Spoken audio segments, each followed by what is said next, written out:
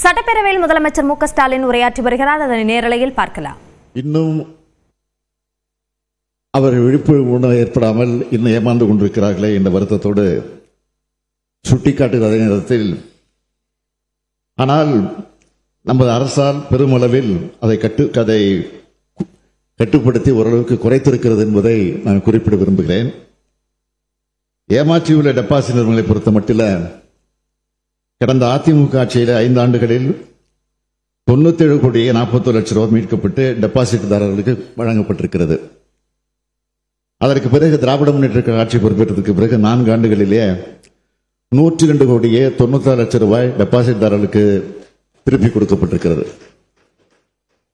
அதிமுக ஆட்சியில் ஏமாற்றிய நிறுவனங்களின் 854 கோடியே 74 லட்சம் ரூபாய் சொத்துக்கள் மட்டுமே கண்டுபிடிக்கப்பட்டன. ஆனால் கழக ஆட்சியில், திமுக ஆட்சியில் 2670 கோடியே 89 லட்சம் ரூபாய் மதிப்புள்ள சொத்துக்கள் கண்டுபிடிக்கப்பட்டுள்ளன.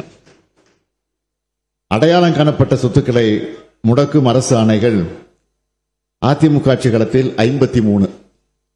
ஆனால் கழக ஆட்சியில் 100 ஆணைகள் வெளியிடப்பட்டுள்ளன.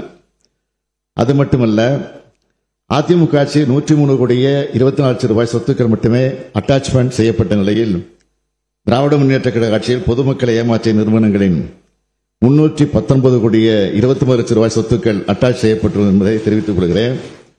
ஆகவே பொதுமக்களுக்கு நம்பிக்கை அளித்து டெபாசிட் பெற்று ஏமாற்றி இருக்கக்கூடிய நிறுவனங்கள் பணத்தை பெற்றுக் கொடுக்க இந்த அரசு முன்பிருந்த அதிமுக அரசை விட தீவிரமாக செயல்பட்டுக் கொண்டிருக்கிறது என்பதை இந்த நேரத்தில் நான் மாண்புமிகு உறுப்பினருக்கு சுட்டிக்காட்டுகிறேன். மாண்புமிகு பொதுப்பணித்துறை அமைச்சர்.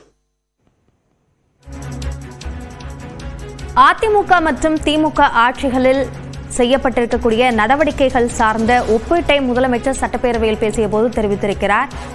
அந்த பேச்சை பார்த்தோம்.